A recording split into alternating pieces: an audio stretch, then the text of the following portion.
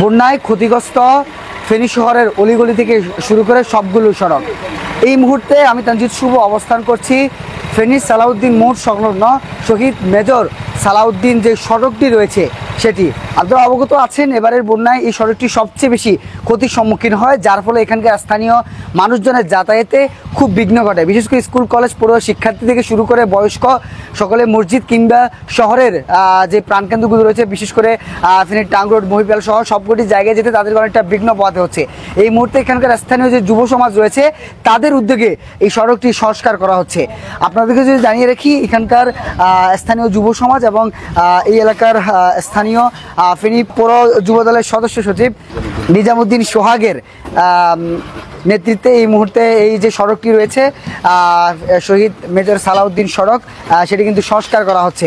যেটি দেখতে পাচ্ছেন, সড়কে বন্যার পানি নামার পরপরই এর ক্ষতচিহ্ন কিন্তু আসলে বেশি উঠেছিল এবং এই সড়ক দিয়ে যাতায়াত আসলে অনেকটাই বিঘ্ন করে। বিশেষ করে ফেনী বেসিক সহ সালাউদ্দিন মোড় হয়ে সদর হসপিটালের যে সকল রুগীরা, তারাও কিন্তু এই সড়কটিতে অন্যতম মাধ্যম হিসেবে ব্যবহার করে আসছিল।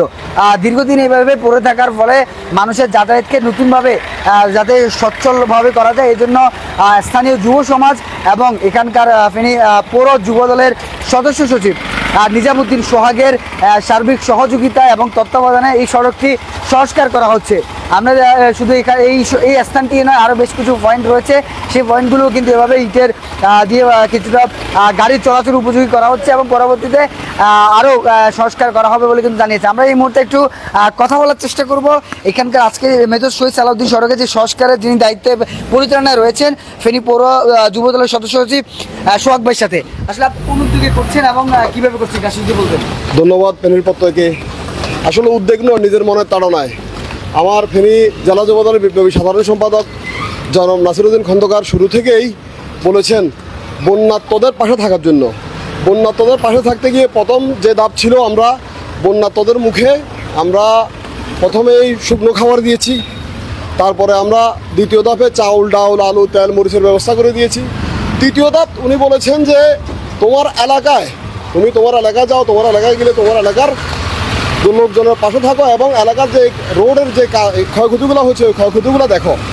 তারই ধারাবাহিকতায় গতকালকে আমি আমাদের এই আমার আফজালিয়া সড়ক করেছি, মুক্তারবাড়ি সড়ক করেছি, আজকে শহীদ সালাম সড়ক করেছি, মৌলভী ইব্রাহিম সড়ক করেছি, আব্দুল সালাম সড়ক করেছি। আমাদের নেতা নির্দেশ দিয়েছেন, আমরা তার নির্দেশ পালন করছি। আর টোটাল এই নিজের অর্থায়নে যতটুকু পেরেছি গরিব মানুষের পাশে থাকার চেষ্টা করেছি। স্থানীয় যুব সমাজ আপনার কাজে এগিয়ে এসেছে? স্থানীয় যুব সমাজ আমার সাথে আছে, মুরব্বিয়ান আমার সাথে আছে, সবাই আমাকে সহযোগিতা করেছেন। ধন্যবাদ সবাইকে। ধন্যবাদ। আমরা কথা বলছিলাম ফেনী পৌর যুবদলের সদস্য সচিব সোহাগ ভাইয়ের সাথে, যেটি জানাচ্ছেন আসলে সার্বিক নিজ অর্থায়নে এই সড়কটি সংস্কারের কাজ করছে। এছাড়াও আরও বেশ কিছু সড়কের সংস্কারের কাজ করছে বা আগামীতে শুধু সড়ক সংস্কারই নয়, এখানকার স্থানীয় এই যে ওয়ার্ডটি রয়েছে এটি ছাড়াও মেজর সালাউদ্দিন মোড় থেকে শুরু করে বেশি আশপাশে যতগুলোই কাজ আসবে তাদের দলীয় নেতাকর্মীদের নির্দেশনা মোতাবেক সবকিছু কাজই তিনি আগামীতে বাস্তবায়ন করবেন বলে জানিয়েছেন।